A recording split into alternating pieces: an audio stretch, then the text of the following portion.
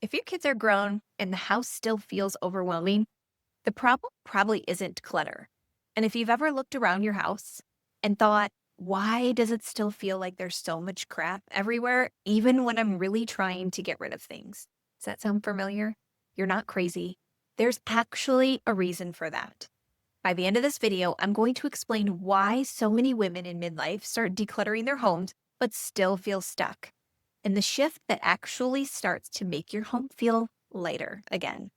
Hi, I'm Stacy. I help women in midlife reset their homes after years of raising families, accumulating stuff, and going through some pretty big life transitions. And what I've learned is that decluttering in this stage of life is very different than what most other organizing advice talks about. Because a lot of us reach this stage of life and we expect something different to happen, right? Your kids are grown or almost grown, and you kind of think, finally, the house is going to feel easier now, right? We have less laundry, less chaos, less stuff everywhere. So we think. But then something strange really happens. You start walking through your house and start noticing things differently. You open the closet and think, why do I have all this stuff? You walk past your kids' bedrooms and realize half the stuff in there hasn't been touched in years. Paper piles are starting to show up on the counter because you're the only one dealing with everything, and it's just sitting there, accumulating and becoming overwhelming. And maybe you even tried decluttering. You've cleaned out a drawer, you've dropped a few bags at Goodwill, you reorganized something, but somehow the house still feels heavy. And that's usually when the thought pops into your head. Why does this still feel overwhelming even when I'm trying? Here's the truth. Most decluttering advice completely misses. In midlife, the issue isn't typically just clutter. The issue is that your home is still set for the stage of life that has changed. Your house was built around raising a family, school papers, school sports, kids' closets, keepsakes, paperwork, schedules. 20 years of life happening inside those walls. And when the kids grow up and life shifts, the house doesn't automatically shift with it. So now you're walking around through a space that's still holding the identity of the last 20 years.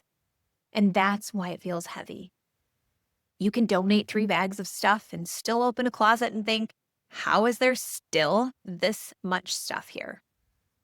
Or you can open a drawer and find paperwork from 2008. And you're standing there thinking, why in the world did I keep this? And then there's another layer that shows up midlife that makes this even harder. It's the sentimental stuff.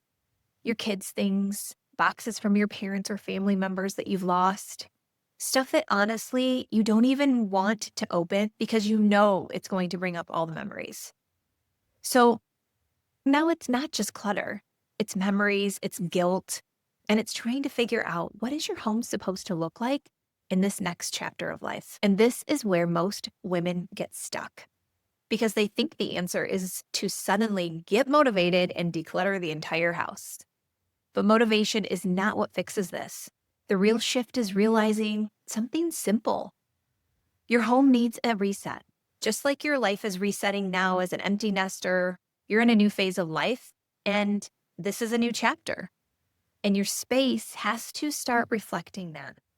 So instead of trying to tackle everything at once, I want you to start thinking about this in a simpler way. First, please stop trying to declutter the entire house at once. That's where overwhelm comes from. Second, start focusing on categories instead of rooms. So focus on the paper or clothes or sentimental items, even though I would really wait for the sentimental items till the very last, because those are truly the toughest. When you do it that way, it becomes easier to make decisions. And third, you need some kind of rhythm, because the women who finally start feeling calm in their home again are not the ones who randomly get motivated. They're the ones who follow a simple structure that keeps them moving little by little. This is truly the secret sauce. And this leads me directly to the biggest mistake that I see women make when they're trying to declutter their homes. They rely on motivation. They wait for the day they feel like doing it. And let's be honest, that day never comes.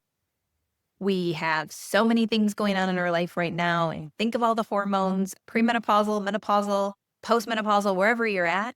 Motivation doesn't come knocking, right, ladies? So, in the next video, I'm going to explain why decluttering never sticks for most people and what actually makes it last. Because if you've ever cleaned out a closet, felt amazing, and then 6 months later, it looked exactly the same, if not worse, you're definitely going to want to watch that next video.